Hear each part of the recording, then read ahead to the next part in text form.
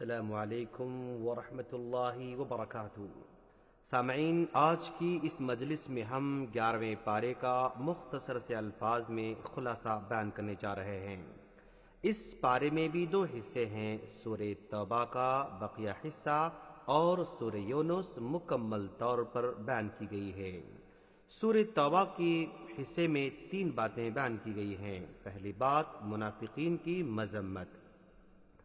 اللہ تعالیٰ نے غزوہ تبوک میں شریک نہ ہونے کے بارے میں منافقین کے جھوٹے وعدوں اور جھوٹے بہانوں کی اپنے نبی کو خبر دے رکھی تھی۔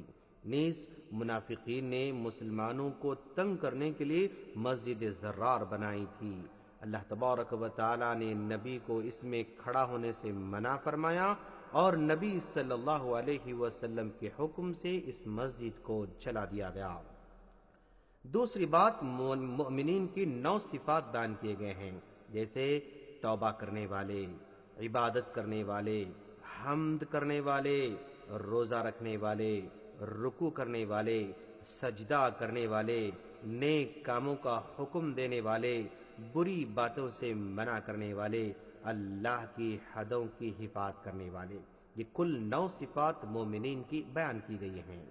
تیسری بات غزوہ تبوک میں شرکت نہ کرنے والے 3 مخلص صحابہ کرام کا ذکر بھی ہے، جیسے حضرت کعب بن مالک رضی اللہ تعالیٰ عنہ، ہلال بن امیہ رضی اللہ تعالیٰ عنہ، حضرت مرارہ بن ربیع رضی اللہ تعالیٰ عنہ۔ ان تینوں سے 50 دن کا بائیکاٹ کیا گیا، پھر ان کی توبہ قبولیت کا اعلان وحی کے ذریعے کیا گیا۔ اس کے بعد سورہ یونس میں 4 باتیں بیان کی گئی ہیں۔ سب سے پہلے توحید کا تذکرہ کیا گیا ہے۔ رازق اللہ تبارک و تعالی ہے، خالق اللہ تبارک و تعالی ہے، ہر قسم کی تدبیر کرنے والی ذات صرف اور صرف اللہ تبارک و تعالی کی ہے۔ اس کے بعد رسالت کا تذکرہ کیا گیا ہے۔ اس رسالت کے ضمن میں حضرت نوح علیہ السلام، حضرت موسیٰ علیہ السلام، حضرت ہارون علیہ السلام اور حضرت یونس علیہ السلام کے قصے بیان کیے گئے ہیں، اور قیامت کا تذکرہ بھی اس میں کیا گیا ہے۔ روز قیامت سب کو جمع کیا جائے گا اور کفار کو اس کا یقین نہیں ہے اور ان کو یقین دلایا گیا ہے۔ اور اسی طرح قرآن کی عظمت بیان کی گئی ہے کہ قرآن بڑی دانائی کی کتاب ہے۔ اس میں حضرت نوح علیہ السلام کا قصہ بیان کیا گیا۔ حضرت نوح علیہ السلام نے اپنی قوم کو دعوت دی، انہوں نے بات نہیں مانی سوائے کچھ لوگوں کے، تو اللہ تبارک و تعالیٰ نے ماننے والوں کو نوح علیہ السلام کی کشتی میں محفوظ رکھا اور باقی سب کو جو نافرمان تھے پانی میں ڈبو دیا۔ حضرت موسیٰ علیہ السلام کا قصہ بیان کیا گیا۔ حضرت موسیٰ علیہ السلام اور حضرت ہارون علیہ السلام کو اللہ تعالیٰ نے فرعون کی طرف بھیجا تھا۔ فرعون اور اس کے سرداروں نے بات نہ مانی، بلکہ فرعون نے خدائی کا دعویٰ کیا۔ حضرت موسیٰ علیہ السلام کو جادوگر بتلایا گیا اور ان کے مقابلے میں اپنے جادوگروں کو لے آیا۔ جادوگر حضرت موسیٰ علیہ السلام پر ایمان لے آئے۔ پھر اللہ تعالیٰ نے حضرت موسیٰ اور ہارون علیہ السلام کو حکم دیا کہ اپنی قوم کے لیے مصر میں گھر اور مسجدیں بنائیں، مسجدوں میں سب نمازیں ادا کریں۔ فرعون اور اس کے ماننے والے بنی اسرائیل کا پیچھا کرتے ہوئے سمندر میں غرق ہو گئے۔ بنی اسرائیل کے لیے اللہ تعالیٰ نے سمندر میں راستے بنا کر ان کو محفوظ رکھا۔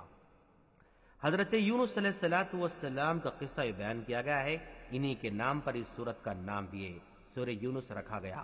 حضرت یونس علیہ السلام کا نام قرآن میں 4 مرتبہ ذکر کیا گیا ہے، اور حضرت یونس علیہ السلام کے واقعے کے 2 رخ ہیں، ایک ان کا مچھلی کے پیٹ میں جانا اور ان کا تفصیلی ذکر سورہ صافات میں آیا ہے، دوسرا ان کی قوم کا ان کی غیر موجودگی میں توبہ و استغفار کرنا، جو کہ سورہ یونس میں اشارہ کیا گیا ہے۔